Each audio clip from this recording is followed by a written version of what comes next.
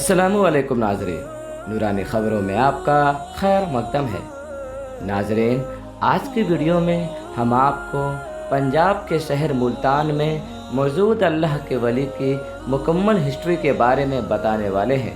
ایک ایسے اللہ کے ولی جنہوں نے لوگوں کے تانوں پر اپنے بدن کا خال اتار کر انہیں دے دیا اور بنا خال کے زندگی گزر کرنے لگے۔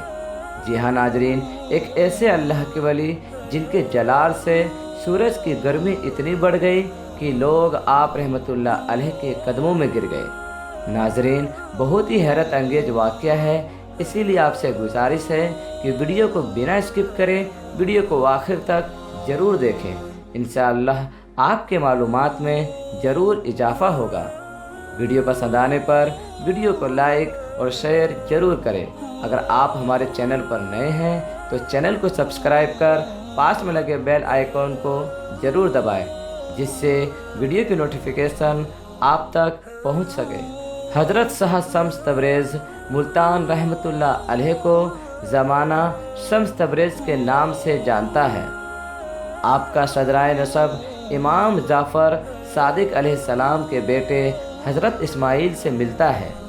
آپ کے دادا نے آپ کے والد گرامی سے کہا کہ اللہ آپ کو ایک بیٹا دے گا جس کا فیض پوری دنیا میں چمکے گا، تم اس کا نام شمس رکھنا۔ پھر آپ کی پیدائش 15 شعبان 560 ہجری کو ہوئی۔ آپ بچپن سے ہی تنہائی پسند تھے۔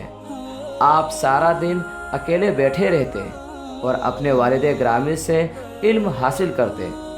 آپ کی عمر ابھی 16 سال کی ہی تھی کہ آپ ہر سوال کا جواب قرآن پاک سے دینے لگے۔ آپ کے والد نے حضرت جلال الدین کی بیٹی سے آپ کی شادی کروائی۔ اس سے آپ کو 2 بیٹے سید نصر الدین اور سید علاء الدین پیدا ہوئے۔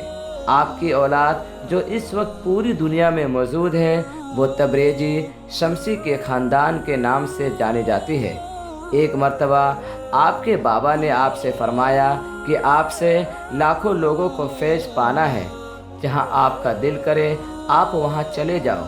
اتنا سننے کے بعد آپ رحمۃ اللہ علیہ تبریز کے جانب روانہ ہو گئے۔ یہاں آپ رحمۃ اللہ علیہ 12 سال تک رہے۔ اس دوران یہاں کے ظالم لوگوں کو آپ راہ راستے پر لے کر آئے۔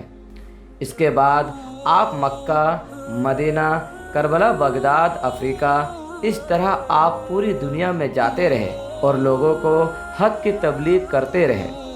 آپ رحمۃ اللہ علیہ لوگوں کو راہ حق پر لانے کے بعد وہ علاقہ چھوڑ دیتے تھے، جس سے آپ کی وجہ سے اللہ کے دین میں آئے لوگ آپ کو ڈھونڈتے تھے۔ یہی وجہ ہے کہ دنیا کے کئی علاقوں میں آپ کے اجازے قبریں بھی موجود ہیں۔ وہ قبریں وہاں لوگوں نے عقیدت اور احترام سے بنائی ہے۔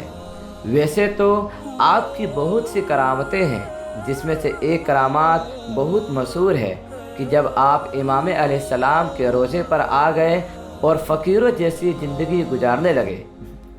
امام موسیٰ کاظم علیہ السلام کے روضے کی زیارت کرنے کے بعد آپ واپس جا رہے تھے کہ وہاں کے بادشاہ کا گزر ہوا۔ سب لوگ سر جھکا کر کھڑے تھے، لیکن شاہ شمس کھڑے ہو کر باروں بادشاہ کو دیکھتے رہے۔ بادشاہ کو یہ بات پسند نہ آئی۔